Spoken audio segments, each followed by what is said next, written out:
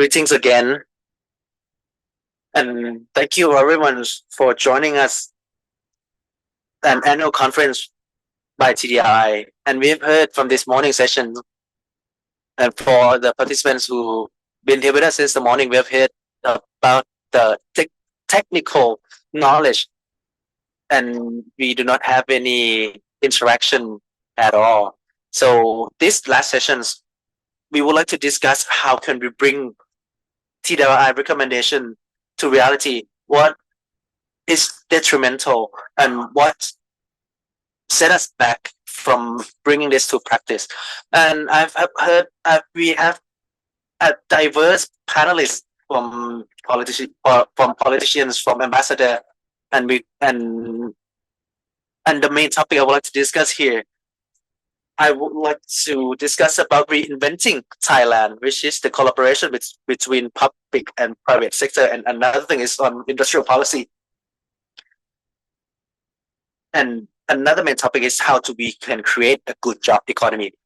I would like to start with คุณเท้ง because อาจารย์สุภวุฒิ mentioned that he would like to be last. คุณอภิสิทธิ์ says he do not have any preference, same as Dr. Pisan. So I'd like to start with คุณเท้ง คุณเท้ง has been with us since the morning, and you also follow us on many meetings by TDI.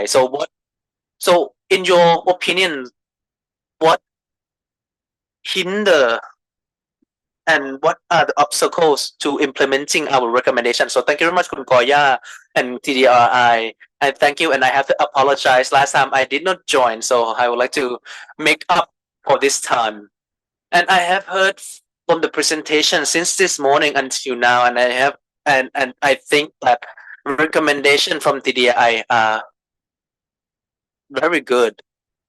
I might not be as experienced as all the panelists here, including Kun Apisit, which is our former Prime Minister.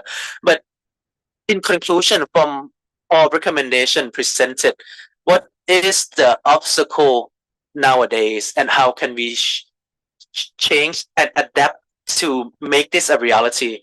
And from my experience 6 years ago, from the year 26, 25, 62, 68, there's a political instability. You don't have to go to see, we don't need to look at the index or policy index. We just look, or international index, we just look at our own Thailand index in the past 20 years. In 20 years, we have had 10 prime ministers from คุณทักษิณชินวัตร สุรยุทธจุลานนท์ สมัครสุนทรเวช คุณสมชาย คุณอภิสิทธิ์ ยิ่งรัก ประยุทธ์ เศรษฐา แพทองทาน and currently คุณอนุทิน in the past 20 years, if we do not count คุณประยุทธ์ since he is in 8 years in administration, that means that 12 years divided by 9, we have new prime minister every almost every 1 year and 6 months.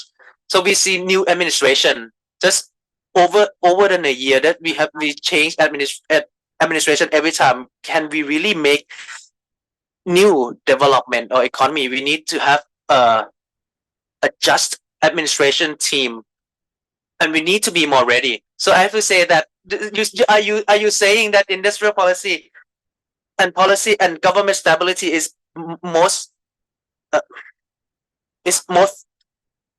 mostly happened during Prayut administration, คุณประยุทธ์จันทร์โอชา and I think with fair trade it could lead to fair competition. Thailand we have many issues. For example, deep state. I'm talking from a political point of view. Deep state. What is the character of deep state? Coercive, extortion, reap the benefits from business world. Do we want to see this economy like this? We want to see a just growth. That means that these opportunities should be distributed to the smaller businesses as well. We cannot have an industrial policy. We cannot have all of this recommendation as we talk today. We cannot formulate new policy that can ensure inclusive growth, quality growth, just growth has to be inclusive as well. And if we do not have a strong political institution, that this should be inclusive, that should be transparent, should be open.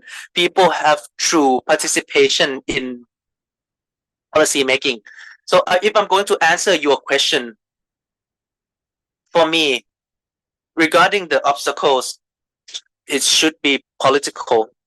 It is about politics, and this is why each political parties would like to unlock their capacity, because we believe that next election, if we do not improve this political structure, that you can just easily take down prime minister or easily amend the constitution, we will not be able to put all of the recommendation made here today into practice.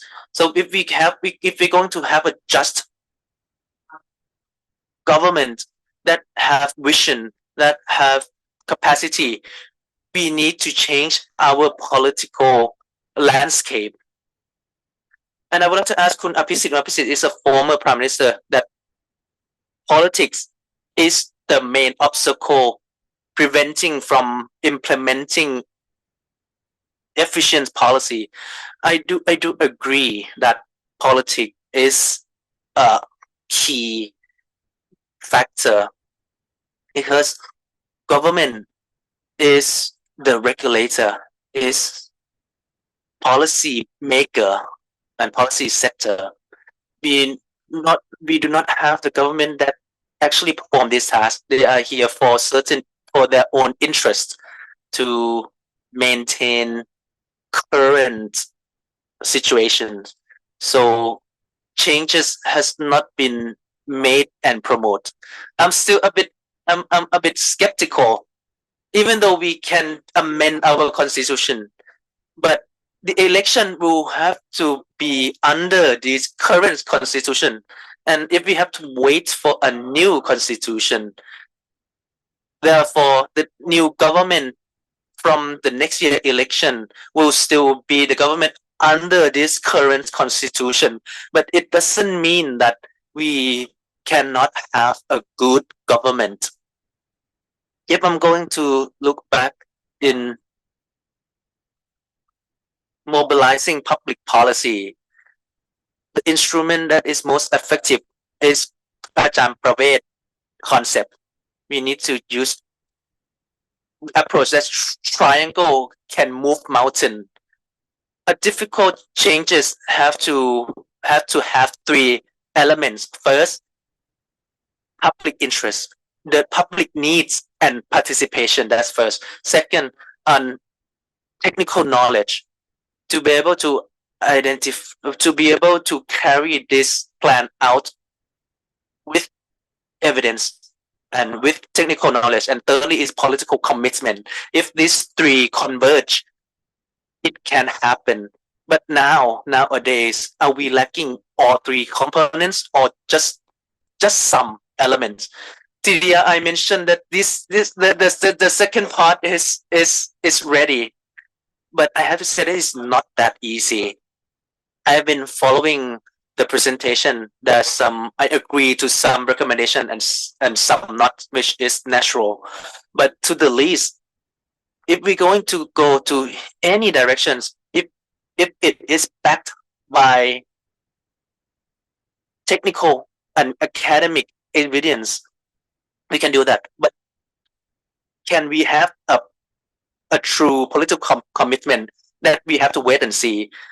That do the government understand what recommendation made today, and if they understand, what do they have to face, any resistance and opposing from those who will lose their benefits. And then one thing that I think we should not overlook is that we should not ignore is the first element, which is the people. The issue we raised today, no one would argue with it. We have less growth, we have wider disparity, we are growing but not ready to adapt to global changes. geopolitical issue, technological disruption. We cannot catch up with all of this. But the question is, could we let allow the people to make a demand for systemic change?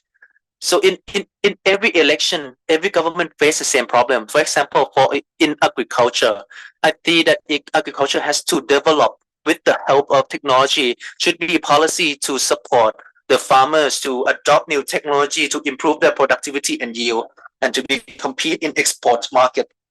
But I'm going to be straightforward. When the media only ask the government how can you help the farmers to increase rice prices. So this the thing is you have to tell you have to tell the farmer what will benefit them, and can you show any immediate benefits to that farmer. This is the main campaign for all political parties, and and to make sure all level playing field, it depends on regulation and policy. But this regulation and this interest has been claimed by those stakeholders or beneficiaries.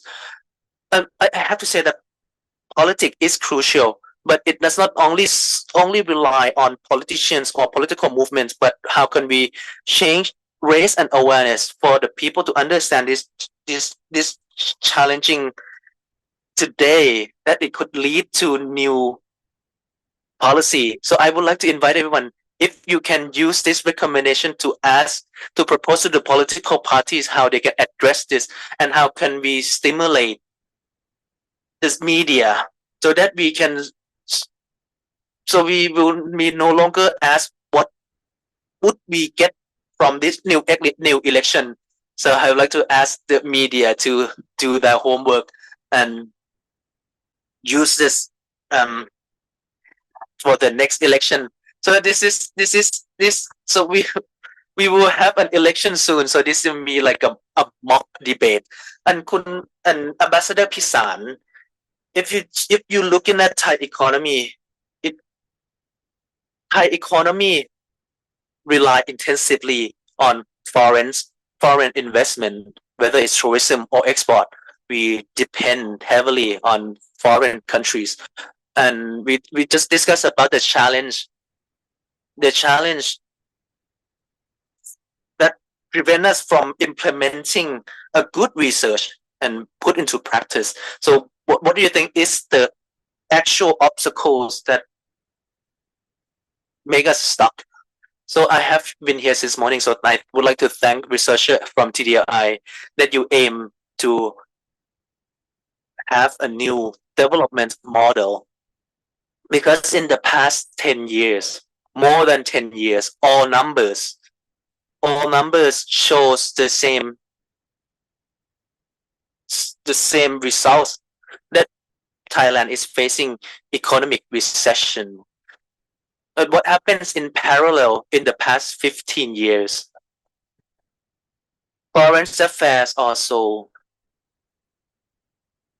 have lesser important. If we Thailand if Thailand economy status is in abyss, other country is facing the same situation. And the past 15 years, the diplomatic approach that has been our pride has been is gone. Only one achievement in the past 10 years is that Thai is an ASEAN leader, is leading country among 5 original ASEAN member states. And when we accept CLMV countries, it creates a gap, and ASEAN policy aim to reduce this gap. And the achievement we have, to us, we have that is our pride in ASEAN, is that we leave no one behind. We change this. we change from being a leading countries to be at the same level with the new ASEAN member. So it gives a it's encourage new ASEAN members country, and it shows that, and this shows that economic reform and foreign affairs have to go hand in hand. From past to present, Ministry of Foreign Affairs has been graded C. I have to confirm that even though we do not have an authority to sign licenses, we can only authenticate passport, travel documents. Ministry of Foreign Affairs has to be graded A to provide support to Prime Minister. If the Prime Minister would like to reimagine this, to reform this, if we have a strong Ministry of Foreign Affairs that answer to people needs, has to be included in this new policy, new reforms that we are dearly needed. This step should be in concert, not working in silo, not divided to different parties. And what happened in the last 3 days? Border conflicts. The soldier lost a limb in that border conflicts, and now the US says that they are no longer interested in Thailand. We want to maintain sovereignty, and it's this only, and only one day after that, there's a call to the US that we can enjoy this tax reduction from US, and not only one day passed. USCR tell me as long as Thailand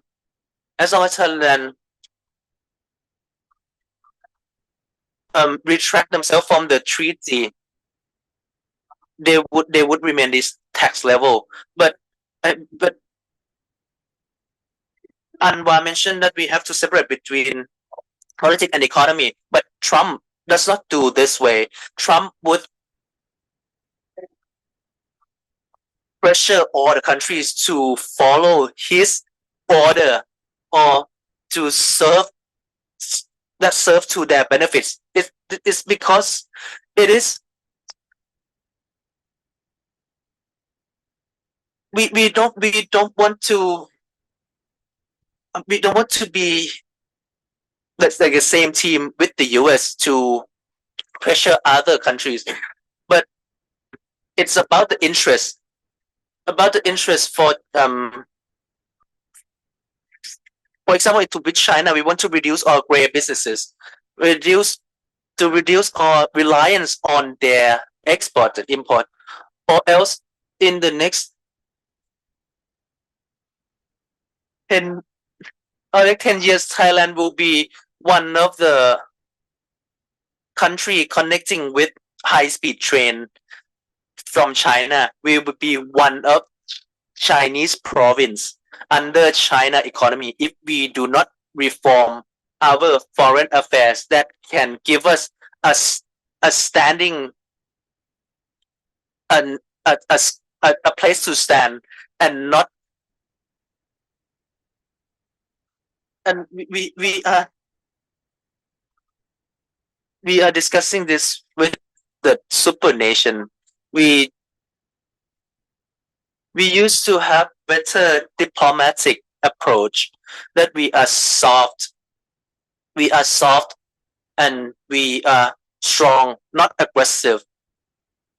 We are, and this quality will make people respect us. With this diplomatic approach, would change our policy and our direction You thank you very much, Ambassador Pisan, that you also link this to our theme. And of course,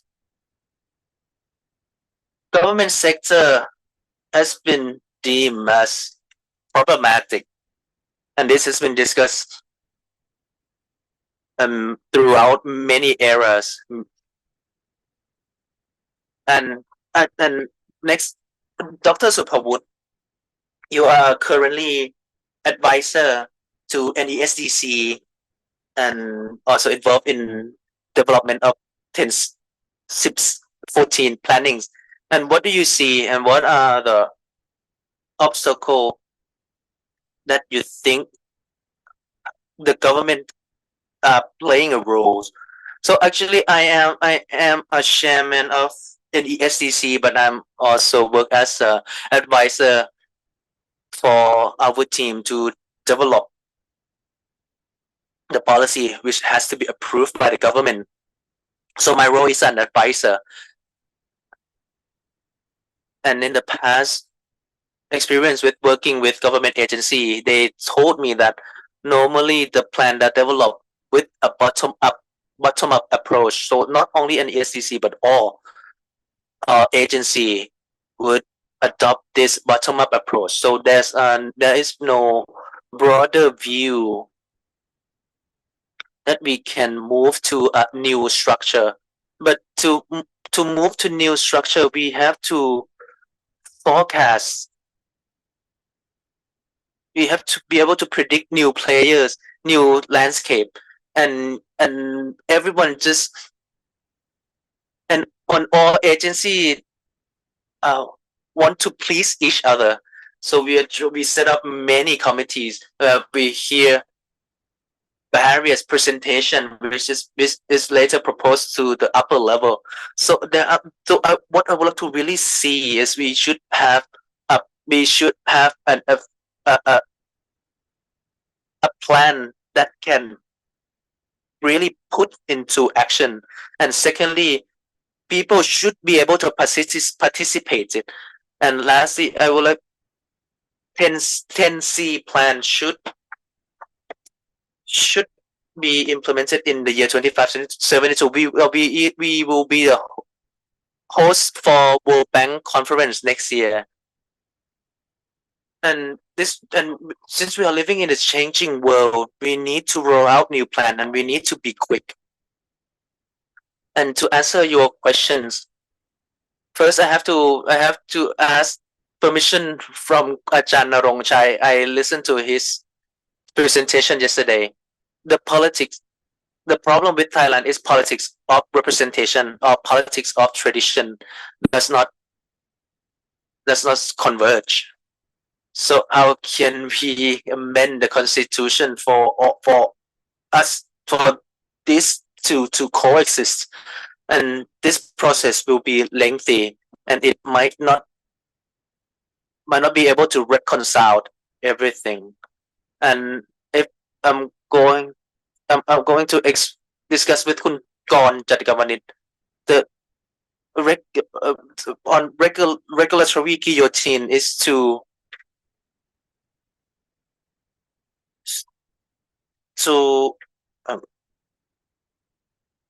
reduce the government authority, especially when it comes to government discretion. Another issue on geopolitics that is sometimes we cannot expect and we cannot prepare for. Geopolitics is not border conflicts.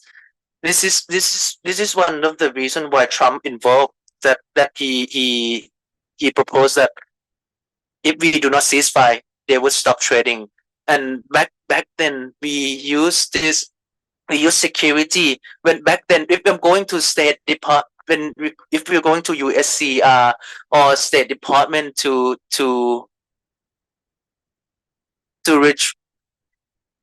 reduce that intervention, and USCR have given us a condition that the US would not trade with us or engage with us if we do not fit the criteria. So it will impact our situation, and it will impact the exports and GDP. And lastly, Thai economy, while we are living in this current geopolitics situation. So I would like to ask the government to step back a little and for the private to lead the way, but the government will have to optimize and maximize their resources. One thing that we have a new law on rail system in allowing private sector um, to construct railway, and last and secondly on solar cell, so we don't have to rely on the power from Laos or Myanmar, and we should have set up a development funds as same as Singapore. I have to say that we need to use our resources to its maximum potential. This is the three things I mentioned. And lastly, Kun Teng says that if our party become a government, there will be no great businesses. So I would like to hear your recommendation. So this is the first round of debates. The audience can join as well. In the end, you can scan the QR code in order to submit your question. We would be choosing a few questions for the panelists.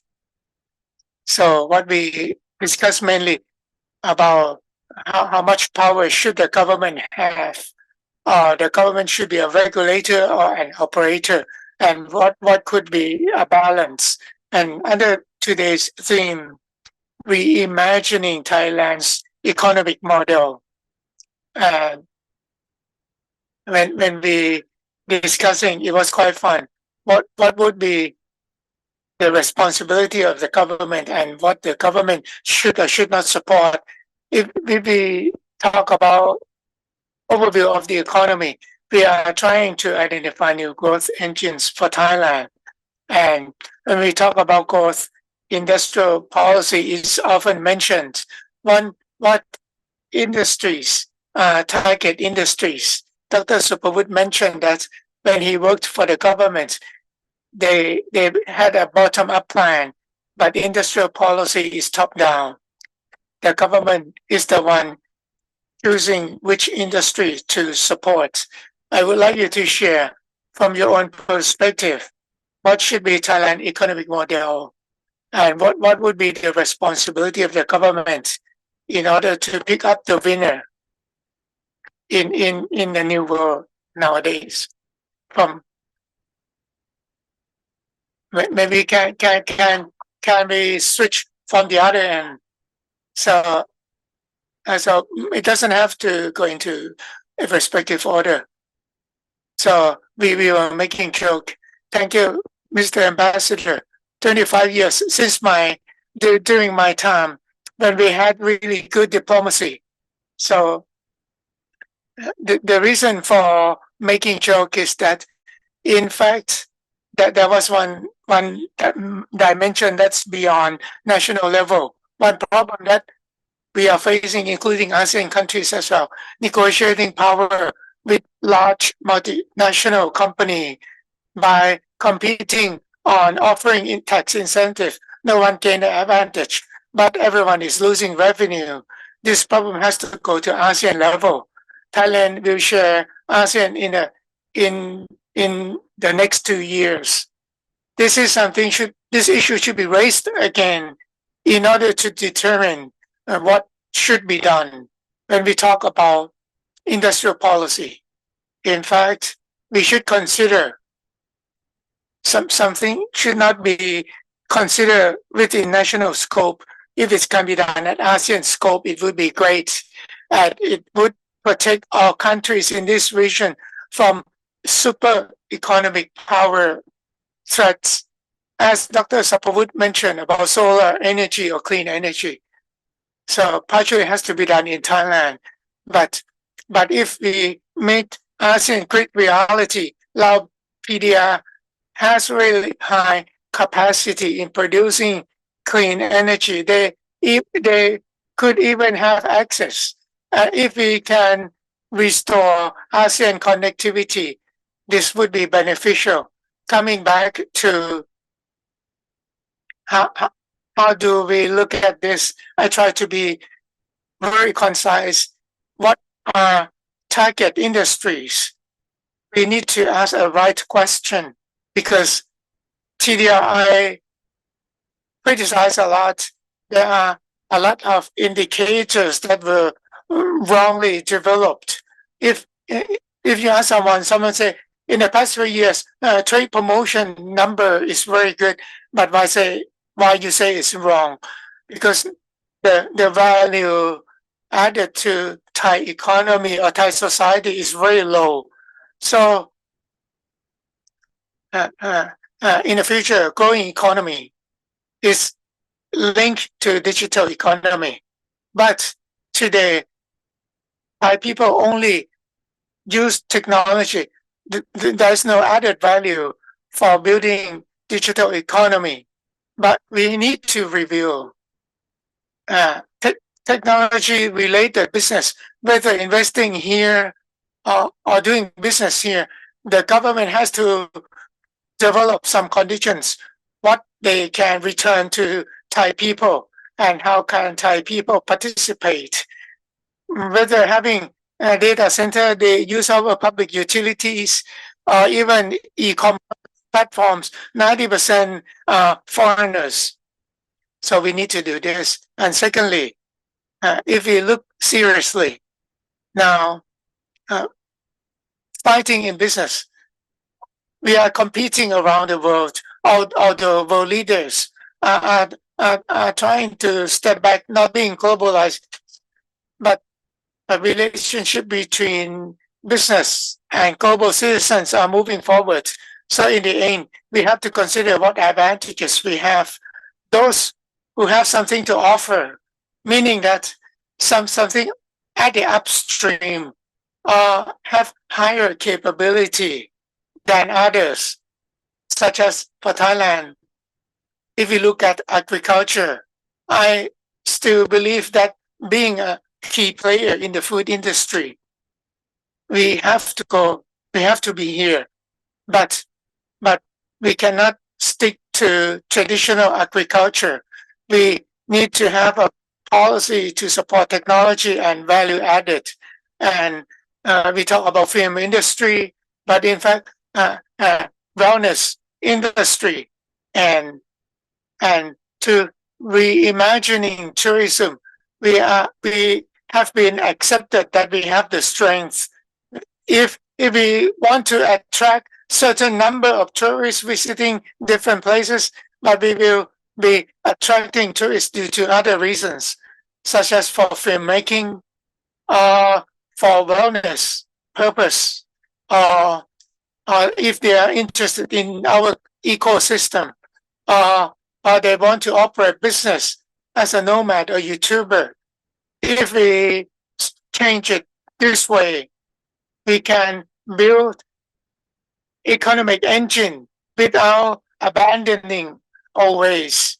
But we have to adapt so that it can cope with the changes because we still have the upper hand. But the government has to be big or small, regulator, operator, in fact, none of those. The key today is that the government has to be the enabler, must be a partner. To be the enabler or the partner, we have to change the way we work with private sector. Many things that the government can offer to private sector. One thing is data. We have huge data, but we have not systemized the data. Data is not under the same system and open for public, such as our health data without disclosing the names of individuals. So by life science would like to access this data and they can invest a lot if we allow this access. Even the basic data on economy, if we can develop an online real-time platform, I think business sector will be very happy. And as Dr. Supawit talking about law guillotine. We have been talking about this for 10 years. We haven't gone very far yet. For me, we need to have innovation in lawmaking because we cannot revise law piece by piece. It would be an endless process. We need to define a new scope of the state, which is linked to another important thing, whether it's gray or not, I'm not sure. We face limitations all the time about because we don't trust each other, because there are a lot of dishonesty.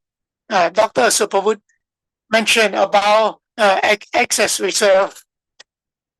In order to establish the wealth fund, so politicians wants to exploit this because they ran out of budget or not, because we lose confidence in the honesty of politicians. Sovereign wealth fund, they need to invest abroad, but we are worried if we want to establish this fund, we were concerned that money might be used domestically, because these problems are caused by corruption, and everyone has to issue new regulations in order to control corruption. In the end, it opened more gaps from issuing new regulations. Even industrial policy that has been criticized by BOI, we use a tool that was accurate. We exempt taxes for certain business and they just simply come in. I asked a question.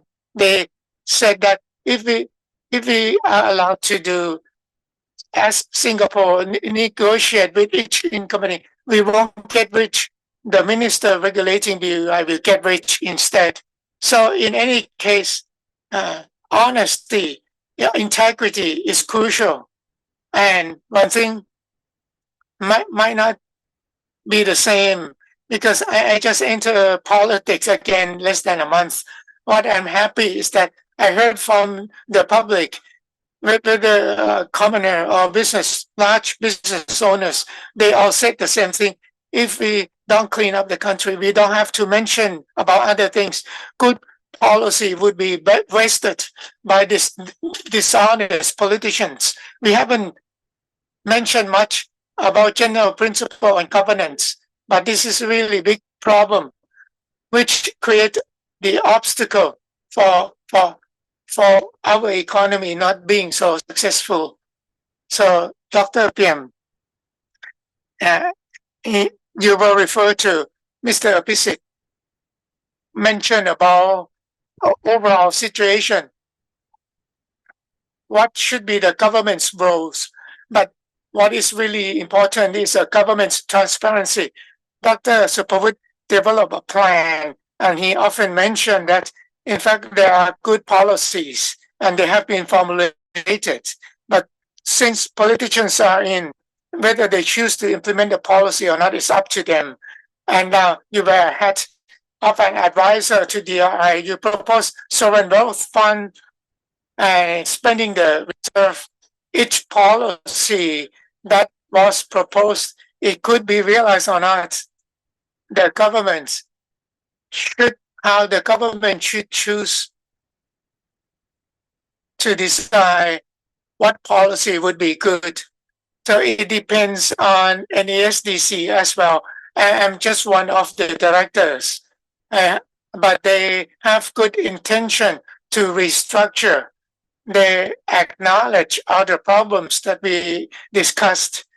I think that if based on the discussion, we want to have an industrial policy, but I would like to ask, we need to seriously think that where should be Thailand position in the world economy in the next 2 decades. And based on forecast by NSDC, working age population will decline by 5 million. We have more 7 million elderly. These are the numbers. So we will have shortage of working age population. So we need upskill, reskill for Thai workforce. The government has a lot of budget distributed among our ministries, and we need to they consolidate, and then we have they should consolidate and have a real upskill, reskill. I ask whether this can be done or not. It's really up to the politicians. We, they, they, they already understand the problems. And the second, about the energy. Technology helps. From now on, we don't have to rely on gas.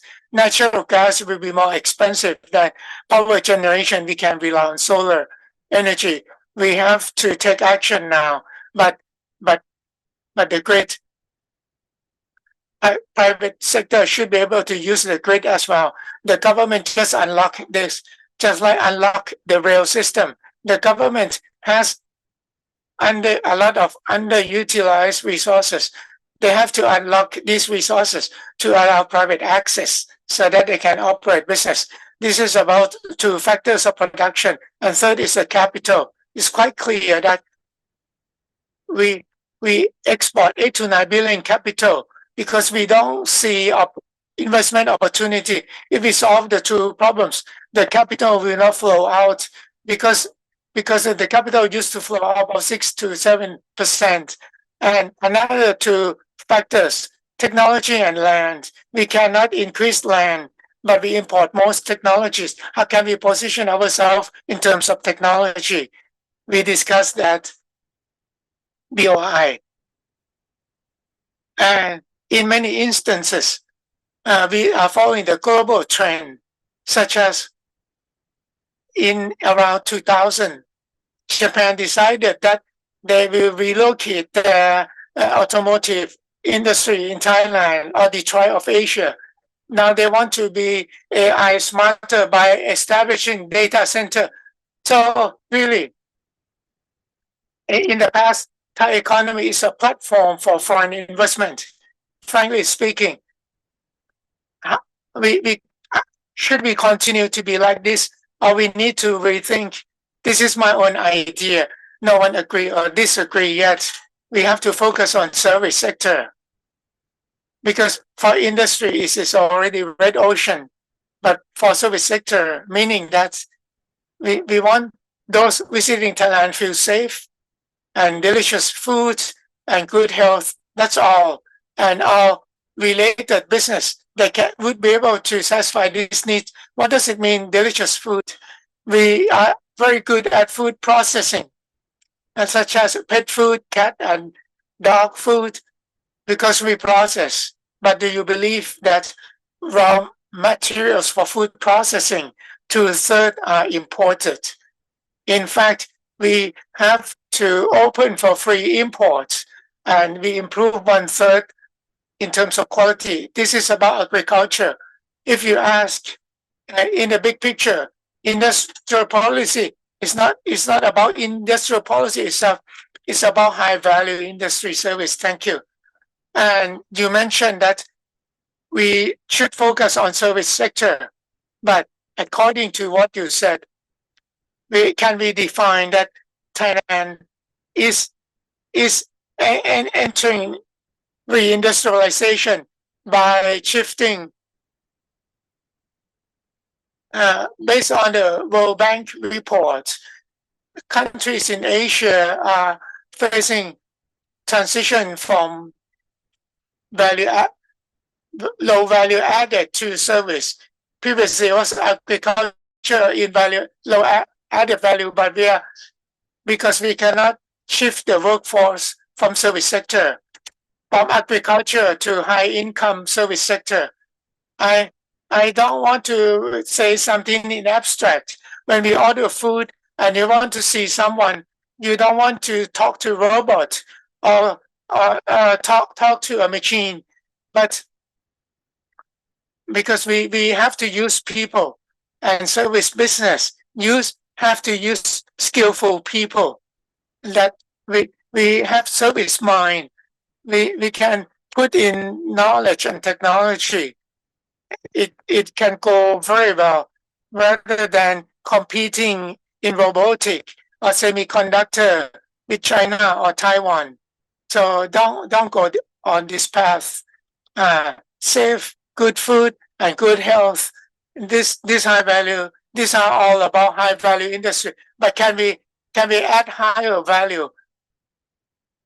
because we haven't gone to high value service sector. This is the plan, not an industrial policy. This is the country's plan in the next 20 years. If we move in this direction, I would like to emphasize that our countries in the world, the proportion of industry is declining and service sector is increasing. Look at our countries, including China as well. But China has its own geopolitical agenda. They want to control technology products and rare earth. But we don't have such agenda, in my personal opinion. We should change from national production based. We have to think. So for Thai people, should we move in this direction? In my mind, similar to Japan that we like to visit. So you have service sector in mind, focusing on wellness or tourism. It's all in here. Safe, fundamentally safe. No extortion. When tourists are safe, Thai people are safe. Delicious food is about food processing. And good health, Thai people must be in good health as well. We have good doctors. We have enough nurses distributed in our provinces that would allow us to create good jobs. Thank you. Coming to Kun Teng, we heard proposal from Ajahn Piam. When we talk about creating growth engines and new economic models, you propose that having us not having them, it may sound good, anti-corruption, but having us not having gray, it doesn't build GDP growth in itself. If we want to talk about people party, having us having no gray, how can it lead to a new economic model? In fact, I gradually go on point by point, but I would like to reply some questions.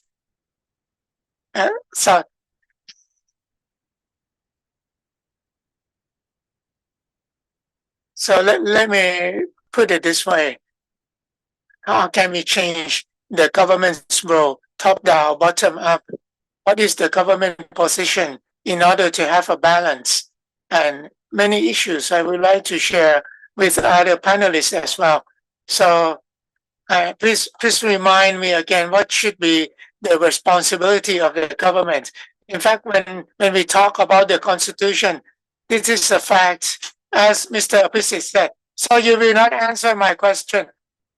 So that we can exchange.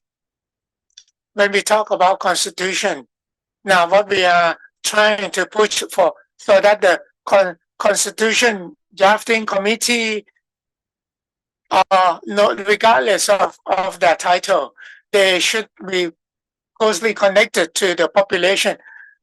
Because we are trying to have a proportion of the constitution drafting committee would reflect the number of members of the House of Representatives, not being dominated by majority of MPs.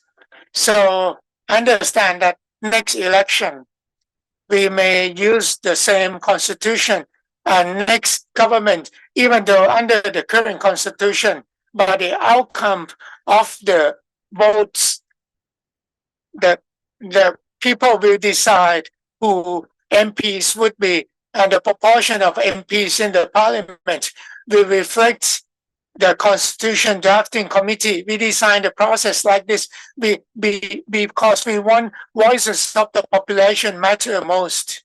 If we don't start constitution drafting process now, as I said in the beginning, I don't see any way out to solve the country's problems. I agree with you. I didn't disagree with you. In regard to smart grid in ASEAN framework, I agree with you as well. This is something that People Party proposed in many forums. Another thing that we discussed today, not only about what, we talk about how as well. The question is, other foreign affairs we should talk about domestic affairs. We want to build ASEAN smart grid. I was sued for 100 million baht by large power company. You know, we face problem about multiplication. We have to divide the production, distribution. At the moment, if we want to have direct PPA, the government already adjusted the quota, but is it free enough to allow someone to build solar farm and to pay the rent that would be transmitted to data center? It's not that free yet. And if we want to liberalize more, in fact, Japan is a good role model in open free energy market, starting from production and distribution. We cannot do it right away if in the end there's some unseen background between those investors and those decision makers in political power. I would like to emphasize that I don't disagree. I see a lot of opportunity for smart grid. In order to make it happen, there are a lot of components, battery storage, system inverter, and so many more. Smart meter. We calculated for new investments in order to make our components in Thailand. Probably the best is to produce in Thailand minimum to 300 billion before we can success. I think not even in 4 years, we cannot change the structure to ASEAN smart grid.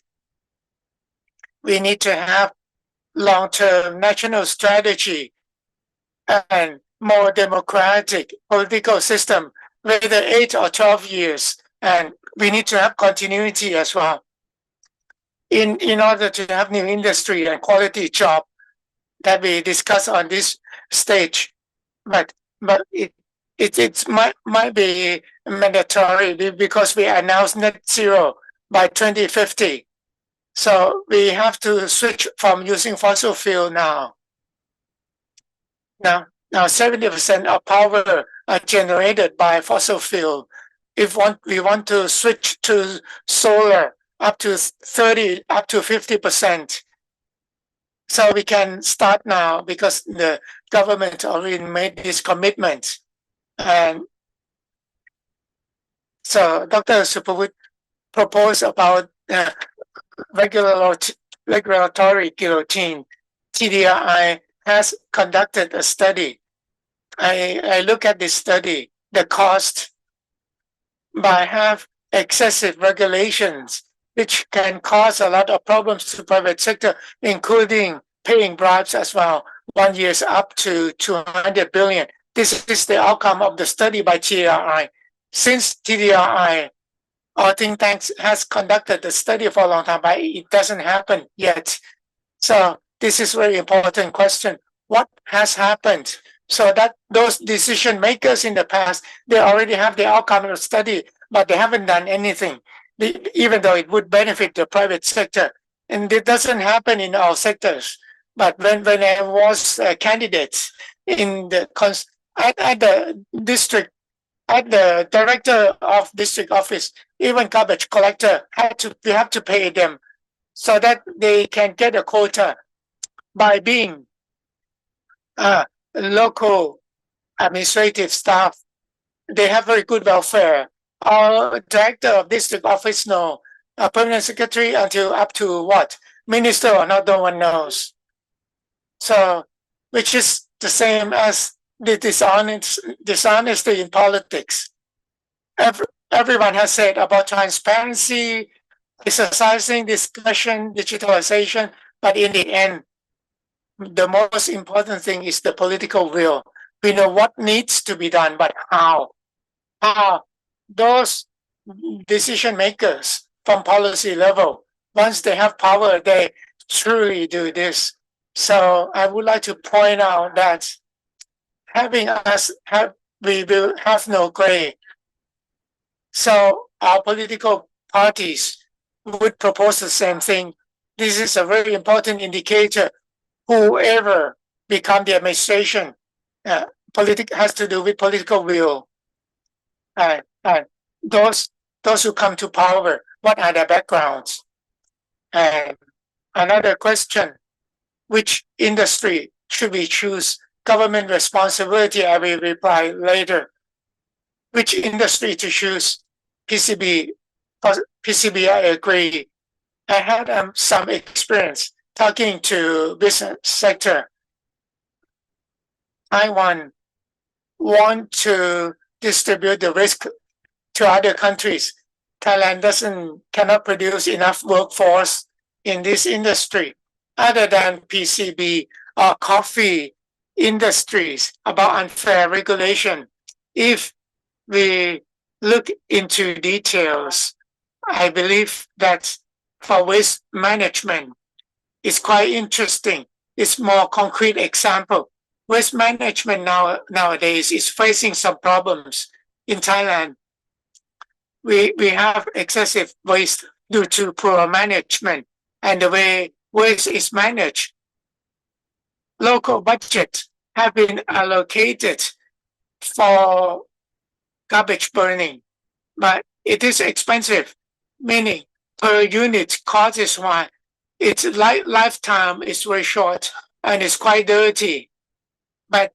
But when in other countries, when we change the way they build a large garbage incinerator and the committee of People's Party, we study and came out with concrete result. We don't need to use modern technology.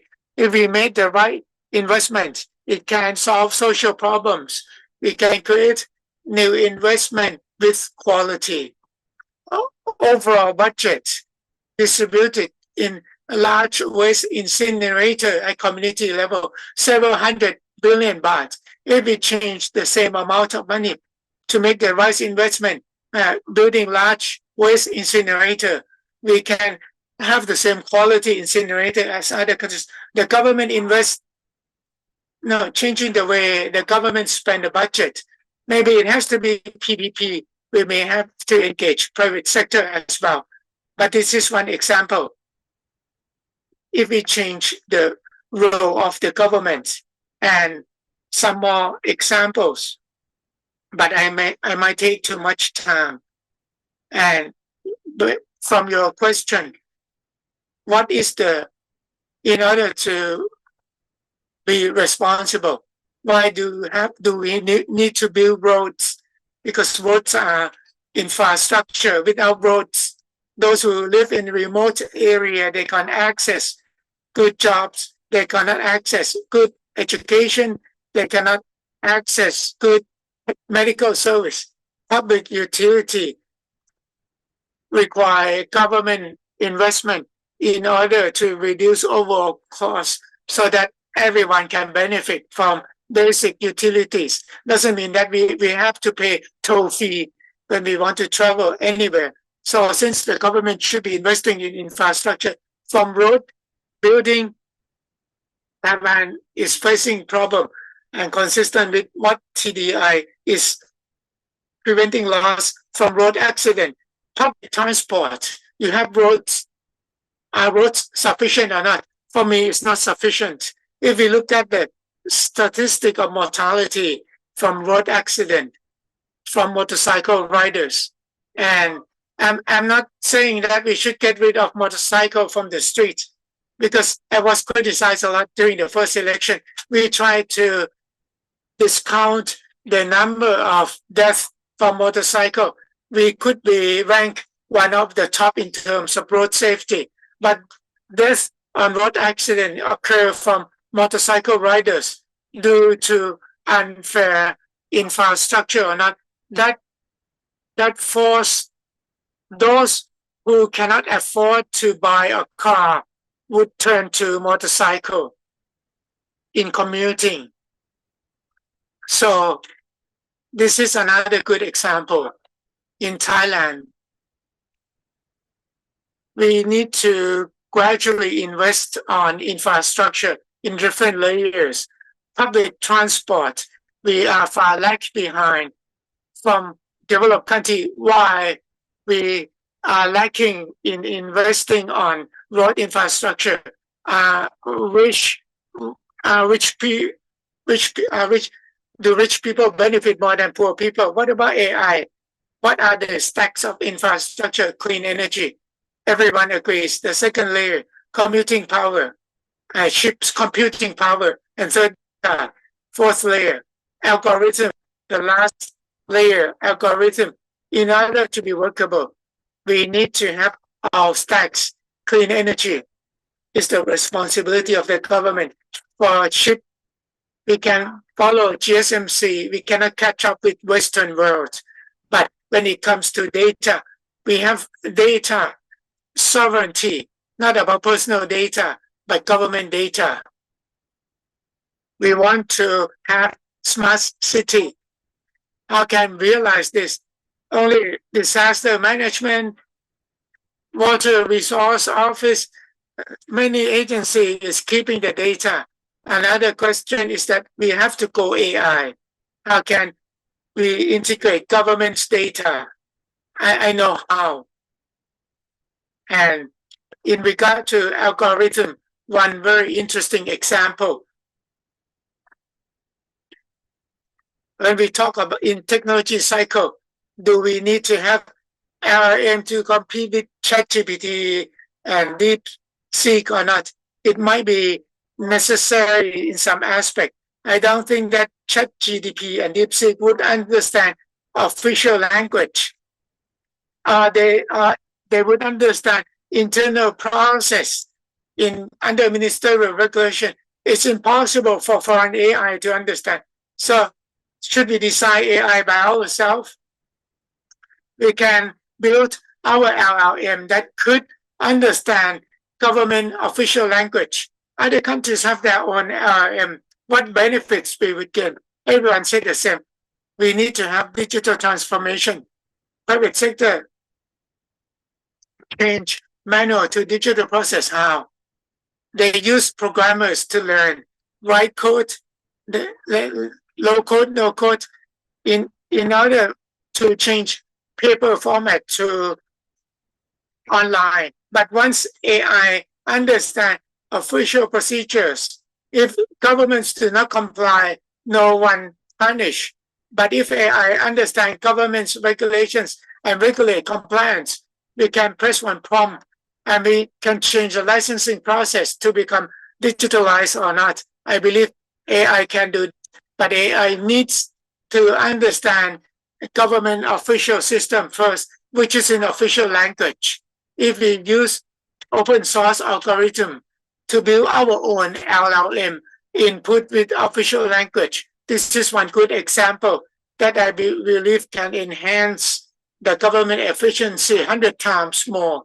And when it comes to application, we can use government spending in using AI for smart city and to enhance government efficiency.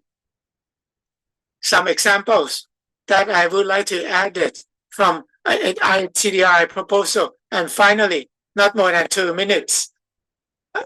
When it comes to education, what we have discussed so far, we talk about reskilling, upskilling. I think Thailand has a good model, not we duplicate from them, we learn from them, Skill Future. So I have 6-year experience in looking at government budget, in conducting seminar. So they allocate budget in order to get budget. So the government think on people's behalf, but in Singapore, the government would support, people would choose, and education institutions or teachers would implement. They change from supply side budgeting to demand side as well. So they issue coupons to the general public or companies that want to upskill so that their staff or the general public could choose which area they want to upskill or reskill. At the same time, they don't leave supply side. They also support, but government provides certain support to allow education institutions to reduce their costs in producing platforms in order to reduce overall costs. Coming back to this, it depends on how. how to do it, the process in doing it. So that has to do with the government's responsibility. The government is responsible for building more infrastructure other than roads. Good lights and convenient roads, then you have a good job to do. Now we are still building roads and digging canals. We haven't invested on stack infrastructure in order to reduce overall costs. So this is the government, how the government responsibility should. So how can the gray investment can build infrastructure and also good jobs. So can you ask my question? Your campaign about getting rid of gray investment. So since we have an image of gray country, this prevents so many things from many things. Many countries lose confidence in investing in Thailand. So because people need to bribe in order to get things done, we would lose competitive edge in comparing with other countries. So by having no gray business and get rid of corruption, rather than give benefit back to the public, we have to break down all the barriers, rebuild confidence, so that Taiwan can gain its reputation back. Kunapisit. I saw on Democrat Facebook, the most recent clip, New Sky, get rid of gray crowd. So you talk about gray business as well. So I would like to add something on gray business. In fact, and one concrete example, tourism from China that has declined due to gray business. China has to deal with scam centers along Thai and neighboring countries, and China government felt that Thai government was not sincere about this. They had to command this operation by themselves. If we would talk about financial markets, Dr. Supavit is more knowledgeable than me. Lacking confidence in capital market in Thailand due to lack of good governance. Not only stock market is not rely on technology, but in the liquidity in stock markets due to losing confidence. This is important as well. What we are doing today, we just gather irregular transactions starting from $30 company that was registered, and they could purchase share in Bangja company. We identify this irregular transaction and we will submit our findings to AMLO. No, they focus mainly on political relationship, but we focus more on transaction. We would like to point out that there have been some irregular transactions, such as tiny company could purchase a large business by using money from all these nominees, purchasing shares at higher than market price in order to circumvent the law on transaction. So this can be used as evidence in order to take legal action. I know that you already proposed, but you haven't replied, but you only mentioned about signing MOU. We believe that based on the information that we provide, AMLO has to take action. Whether they would suspend some transaction or request disclosure of information in order to identify through beneficiaries that can link or trace back to those who are involved. So using this gray business to dig deeper, to focus on financial sector. And so financial tools is most effective in order to trace back to relevant parties, and especially those who are in the suspected network of US. We need to hurry. If the law enters into force in 180 days, US would interfere that our financial system is conducive to gray business. When we talk about gray business, when we talk about gray financial transaction, these are not only domestic problems, but it is international problems.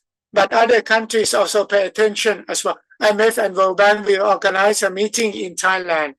Bank of Thailand raised this issue as well.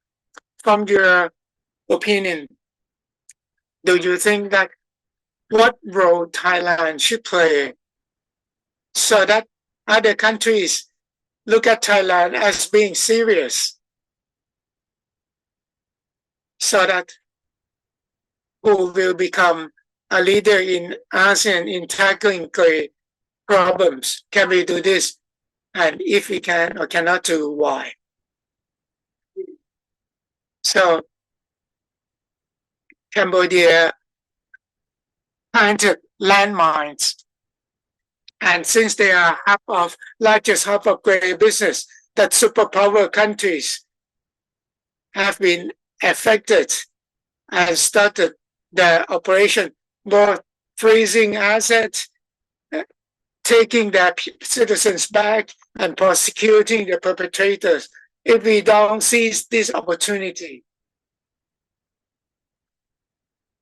because we have the advantage to take proactive measure, I think we made a mistake. We would be making a mistake by thinking that we have a blank check. We concluded MOU with 16 agencies. This is Thailand context and the Thai bureaucratic system, but in the eyes of international community, they don't think in the same way. They don't see how serious we are. I agree with the leader of the opposition party, Mr. Nattapong, that we need to have a special envoy. I even propose a name of the vice minister. If the minister doesn't have time, this person would be the image of the country. So regardless of any country, they would like to cooperate with us as a focal person. And this envoy has to travel to Ministry of Foreign Affairs in UK, US, Singapore, South Korea, China, and Singapore as well, in order to have AMLO and cyber police. How can we follow the financial transaction? As mentioned by Mr. Apisit, if we can do this, we would have integrity, and we would be complemented. A country with dignity is every country would be willing to cooperate, and every country would want to visit. In the past 15 years, excluding the summit that we hosted, I can't recall any important world leaders that visited Thailand. Thailand, that used to play a very important role in the past. The size of our economy is top 30 in the world, but no country pay attention to us. We feel guilty since we have good politicians. We have political leaders and future prime minister candidates, because head of political party doesn't have to be candidate of prime minister position.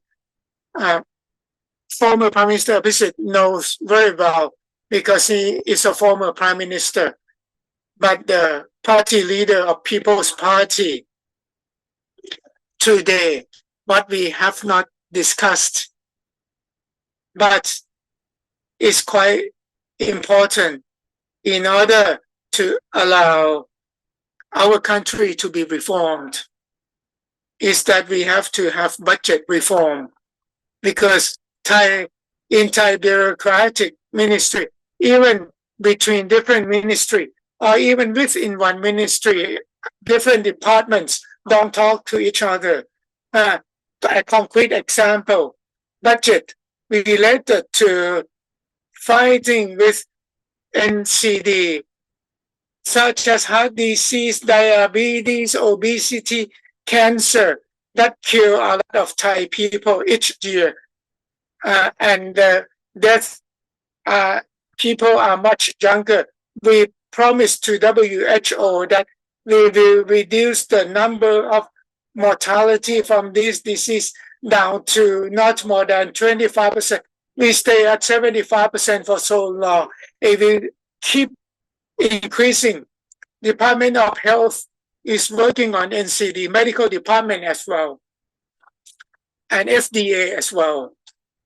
And Office of Permanent Secretary control our hospitals. Also, all departments are working on this, but no department is responsible. It's the same process. Similar to what I said. Bureaucratic system measure the outcome from process. They will look at the number of people participating in training courses on NCD. If they set the target at 1,000, if they exceed 1,000 participants, this is not the result. If we want to look at obesity, it's the first sign of NCD. They have to measure the waistline and weight, the body weight and body mass index. These are the indicators. Successful or not is the average value, and they would be able to get the budget. In order to set the budget, the government has to identify the most relevant department that could be responsible for the budget and allocating the budget to overlapping agency, but they have to be accountable as well. I discussed to Thai Health Foundation when they present annual report. Everyone compliments Thai Health Foundation. I'm the only one criticizing them because Thai Health Foundation using the process, they claim success on NCD and reduce obesity because they establish a syrup school. If I tell them in the beginning of the year, they measure the waistline and body mass index of the whole students, what is the average value, and by the end of the year, they need to remeasure again and compare the results. If the result decline, they would have additional budget because they are going in the right direction. I criticize the land transport department. As Mr. Natapong mentioned, death from road accident, 4 to 5 deaths per day from motorcycle. One day, there are around 40 to 50 deaths from road accident. Department of Land Transport has sufficient fund by auction of the car license number, around 1.5 billion baht. I would like to ask that this 1.5 billion baht, I saw in the report, they distributed the fund to our provincial land transport department and asked them to spend the budget in things that they are lacking, have a study visit abroad. If 4 to 5 deaths from motorcycle accident, 1.5 billion baht, they need to allocate at least 1.2 billion to reduce death rate from motorcycle accidents. If you ask our provincial doctors, the simple way is wearing helmets. Can you ask for a budget and measure the result, whether in each district, each province, how many motorcycle rider wear a helmet. We have this law for 30 years, and the law requires a pillion rider to wear a helmet as well. We have highest number in Bangkok. If you look at our transactions, that one who ran the red lights motorcycle riders without wearing a helmet for the pillion riders as well. So this is about changing how policy is developed and identifying responsible agency and measuring the result based on the target that we set in advance. This can be applicable to our agency. For Ministry of Foreign Affairs, I would like to see the next government having a Ministry of Foreign Affairs that would take a lead in changing policy, in budget spending, and personnel management in offices abroad. The world has changed a lot. Opening or closing embassy depend on each agency and the consulate general. And where the locations are, they remain the same, even though we said that we need to expand our diplomatic activities, such as in Africa. In Africa, we have very few commercial attaches. The highest density is in Europe, even though they already have a union. But we have representatives in almost all EU countries. So I will close most tourism division and I will use the advertisement budget in other subsidiary cities in order to improve safety and improve beaches and maintaining environment, doing everything that would bring back tourists, and they would travel to secondary cities as well. And because no one doesn't know Thailand, we don't need to advertise.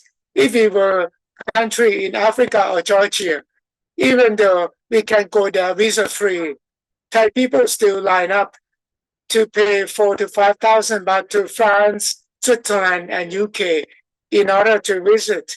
If it was Georgia, they can advertise. Tourism Authority of Thailand, they can have one. But in Thailand, everyone knows already.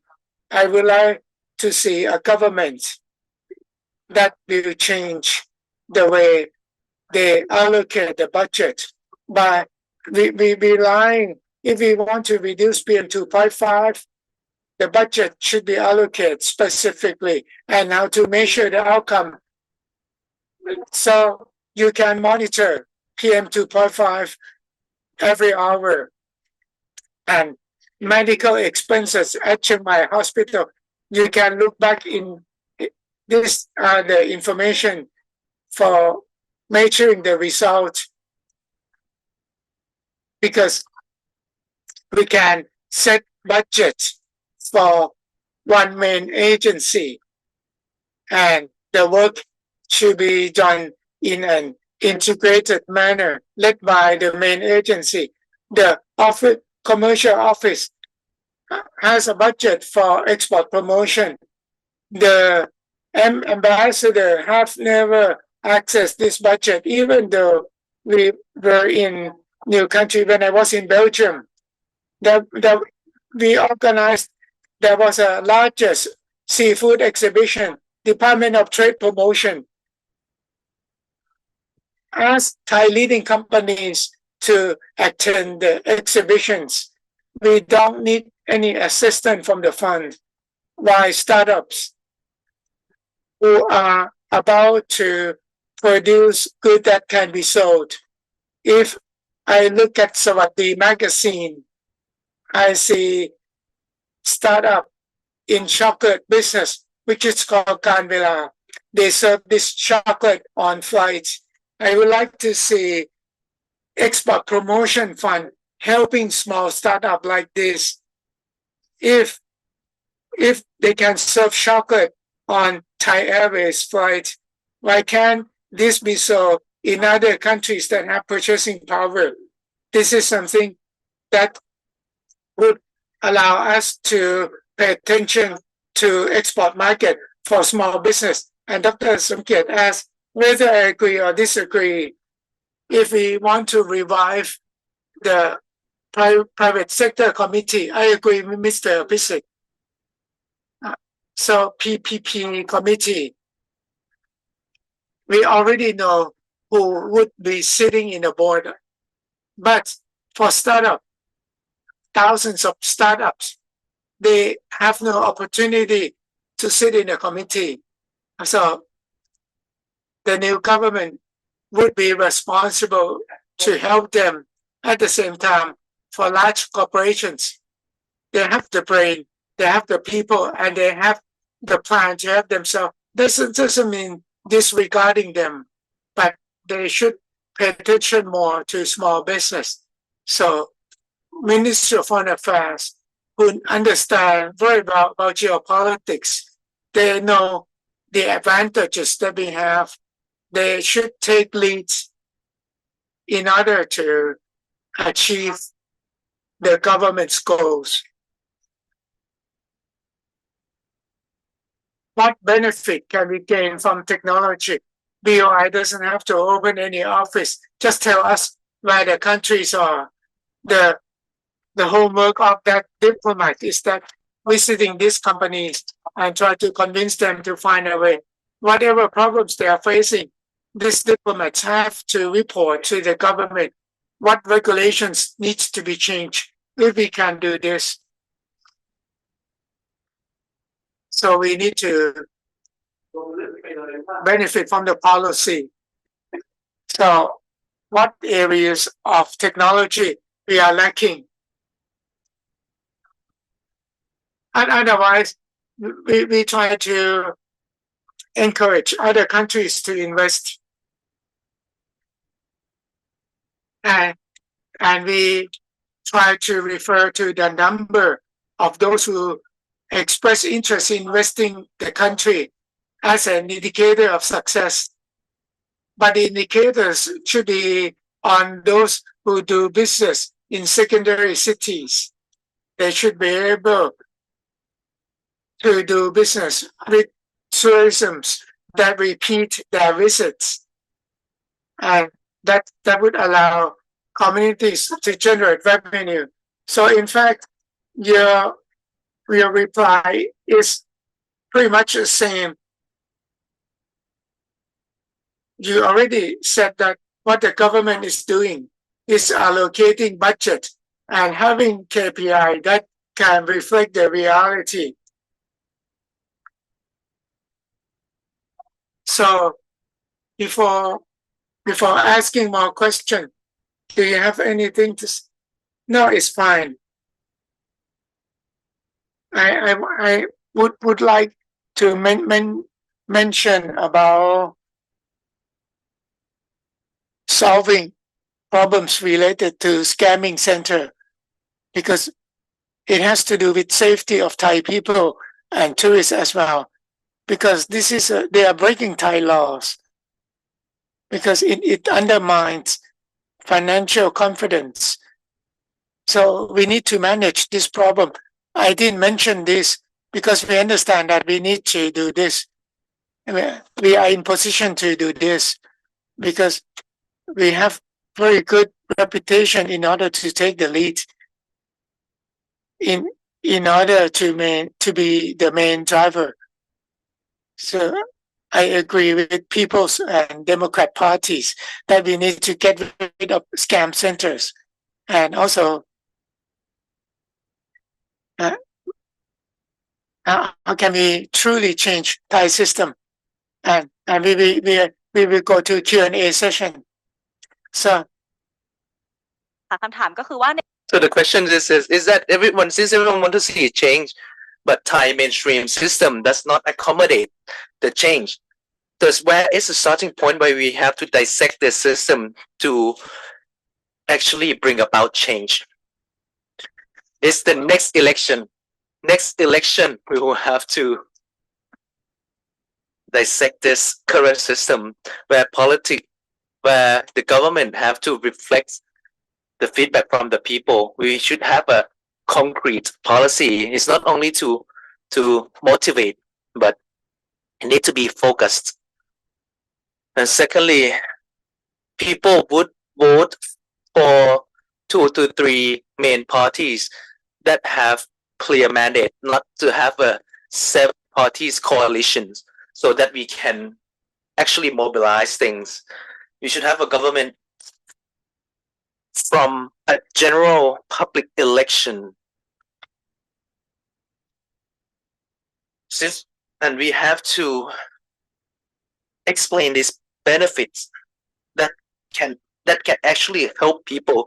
It's not like this half co-payment scheme, but we need the government not to raise this half scheme as a flagship policy. I'm not criticizing our current government, but we need to take a step back to really explore the needs of the people, and we should have parties that is elected by the people that can perform their duty well, and we really have to put in our best effort. So do you agree, Mr. Apisit? Since we should have only 2 to 3 parties in power, and so okay, so address your first questions, that Ambassador Pisan mentioned that we should have a envoy, Mr. Special Envoy. I couldn't see how it could happen, but I would like to make a demand, to make a call. This government set a legal team that people think as this person is involved in scammer. You don't have to set this committee. You have to take him out of his position first, so then we can we can have a better reliability. This is what undermining our credibility. And in terms of budget, I may have some different views to dissect this system. I will go back. I will come back to the to election, but this have to start from the vision from above. The government have to have clear vision what they want to do, and if they have this clear vision, we have to step away from the arguments that this issue is important. That's why we have to allocate budget into this. But budget is not everything. Some issue, it's better to use limited or small budget rather than a large sum. And with the government capacity that is higher, we have to prioritize investment in basic infrastructure, in public services. Does this need to depend on government budget? In the future, all budget related to welfare, it will surely increase. And now we have basic infrastructure such as PPP. We have state enterprise fund that can be even that can have even more value than government budget. So I think we have to need to find something that does not rely on the government budget solely. And if we can prioritize things like this, we can look at this, we can review this government budget that seems to limit our performance. We can do something about it. And this, I would like to leave this as a homework to all parties. So, do you want to ratify in MOU, sign MOU, or ratify into new treaties? It is enough. So it's not only to adopt that treaties, but you have to respond. Each party may disagree with TDRI recommendation, but it's at least it's already better if they get their eyes on it, if they get their hands on it. And the next question is, how can individuals contribute to this mobilization? Is the people should choose the party that corresponds and implement their policy, and we should avoid monopolization, not not only limited to gray businesses, even white business as well. And in the view of politics, the political parties, they should have policy to dictate countries' direction. We cannot say we wouldn't be able to say that we only have 2 parties or 7 parties coalition in next election. But if all parties are effective enough, we would not need like a coalition. And in the past election, we might not understand, we might not be aware of the distinction between each party. So I wouldn't be able to say so because my political party, my party is ranked 8th in the according to the poll. So I wouldn't be able to say much. So thank you very much. And if I may move to our last question from the audience, this may be questions to Kun Teng, is how general citizens can help this new contribute to this new Thailand development model. So the most important thing is we need to ask ourselves, what future do we want to see? We want to have a country that have tangible growth, but higher utility bills, higher rent, everything is become more expensive, while middle income day by day workers have to pay everything higher price, but some group becomes richer and richer. There's just interesting numbers. GDP per capita is 5 times South Korea, but the business accumulated wealth of top 3 businessmen is wealthier than top 3 businesses in South Korea. So in the government main revenue is from income tax. They apply a progressive tax collection to reduce disparity. But in Thailand, all taxpayers have to pay income tax. So the main source from tax money from middle class and lower class. And we might have to reform this tax regime. What do we want to see our country in the future? The government that issue a policy that respond to the people's needs. If this is your vision, next election will be decisive. It will decide the situation. But how each individual would choose who their vote, it will be up to them. And if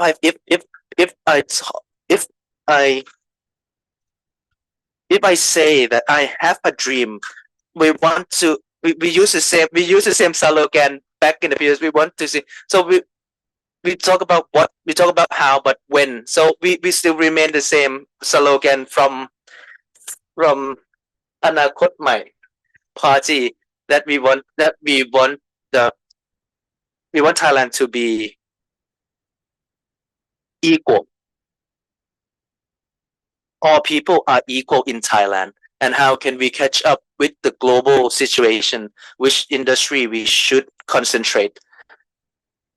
And if we look to another questions, how individuals can contribute to this new development. But if I'm going to add furthermore, I agree with Kun Apisit that public sector or the government budget or state enterprise budget annually spends 4 trillion baht, but we have about 3 trillion baht government budget. We have money in the pocket, but we wouldn't be able to integrate this approach for better effectiveness and efficiency. For example, the Department for Forestry plant tree, PTT plant tree, EGAT also plant more trees.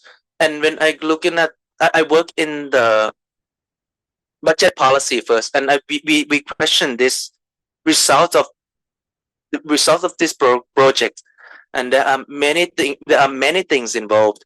But what is the solution?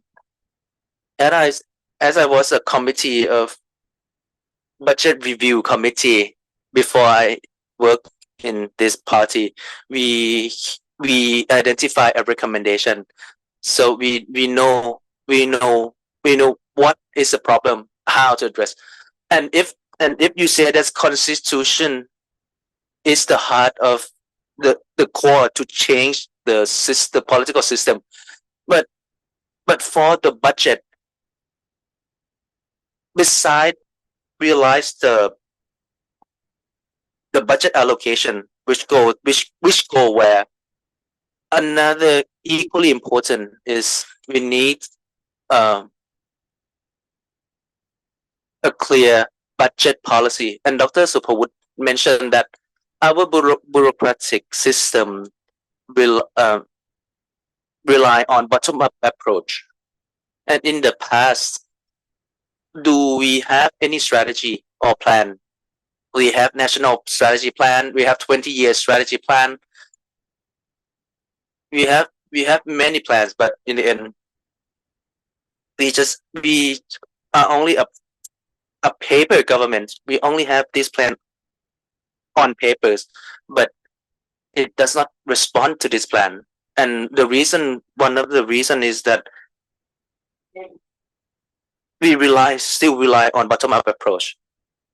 And when I visit South Korea and members country of OECD use the same method, is top-down budgeting.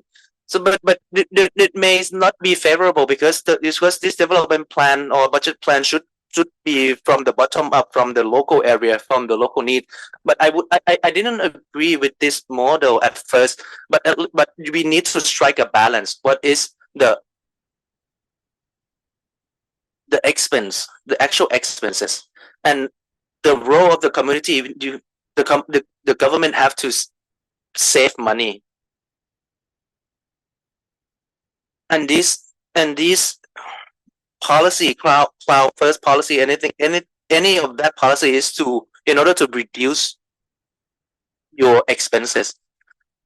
And if we let the current budget allocation to go on, it will go to road, to buildings, and to the traditional infrastructure. And I'm not sure about the past, but currently we have it's the issue is overall. It's a big picture. I'm not sure how minister can draw out this investment fund. Are there any vision? Are there any approach that the government can adopt and can involve private sector?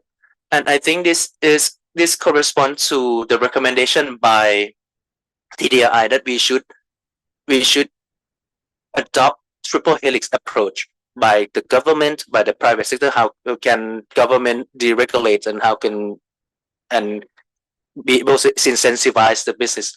So I think this can be an effective, a suitable approach. Thank you very much. So I think for the interest of time, we only have few minutes left. I would like to ask everyone to answer these questions from the audience. You may have 2 minutes to answer this question. How can an individual contribute to this new development model? So if we talking about the policy which is from a person staying in the ivory tower, and it is all on paper, but in practice the people may not share the same sentiment. So I would like to ask these questions to all of our panelists. How can individuals mobilize and contribute to this new development model? So the individual, the people, we say that the country has to change, but people also has to change. So as a person, as an individual, you have to ask yourself, what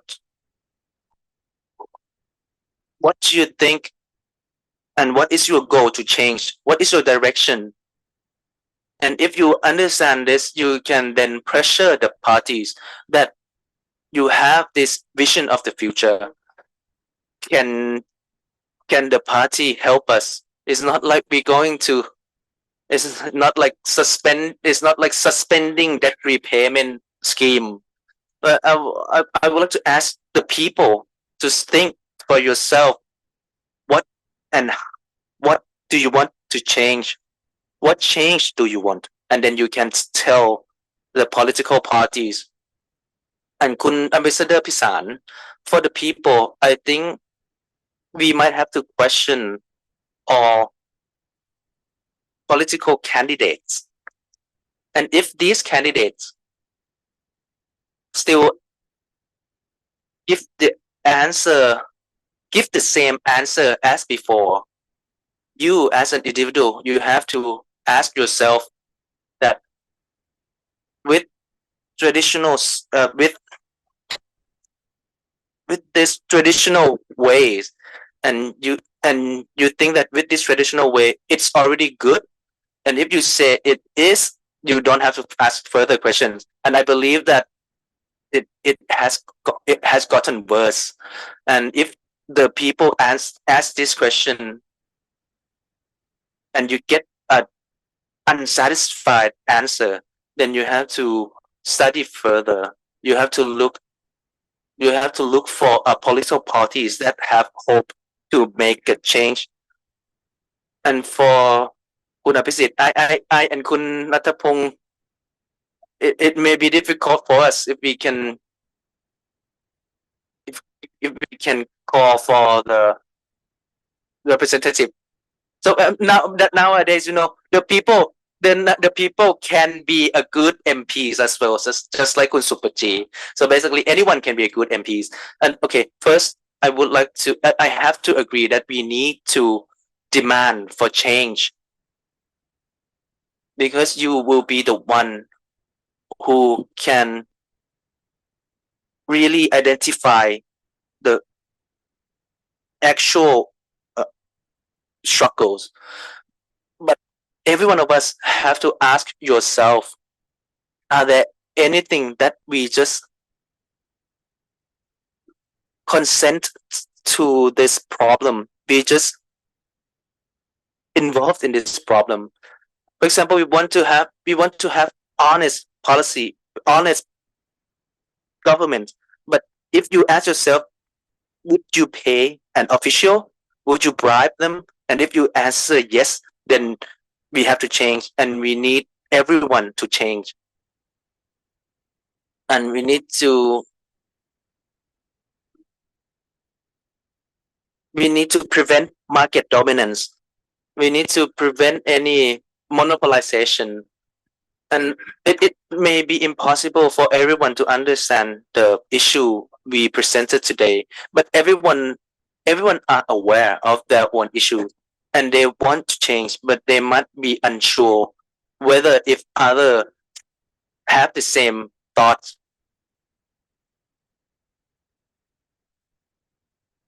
And the people have to provide continuous support even after the election.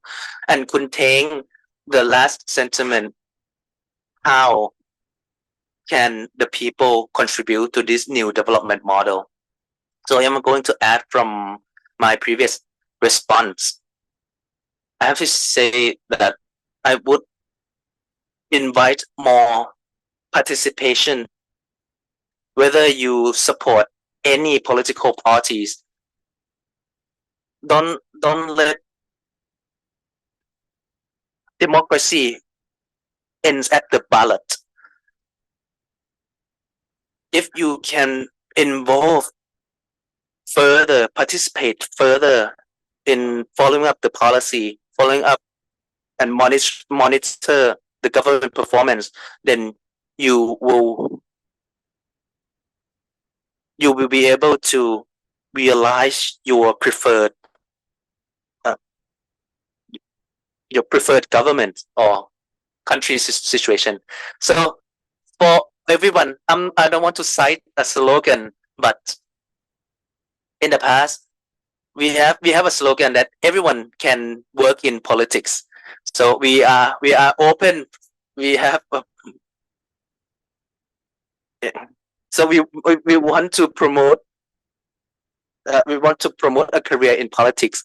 Don't let don't think of it as a negative thing, or else we would not have any change. So thank you very much, our panelists, and thank you all of us. And we are also an ordinary person, an individual that we can contribute to change. And on behalf of TDRI, I would like to express my appreciation to our 4 panelists คุณดร.วุฒิสายเชื้อคุณอภิสิทธิ์เวชชาชีวะคุณพิสารและคุณณัฐพงษ์เรืองปัญญาวุฒิ Thank you very much. And also thank you all participants joining us today. If you could please scan this QR code to access the presentation materials, and I would like to thank you until next time for TWI annual conference next year. Thank you very much.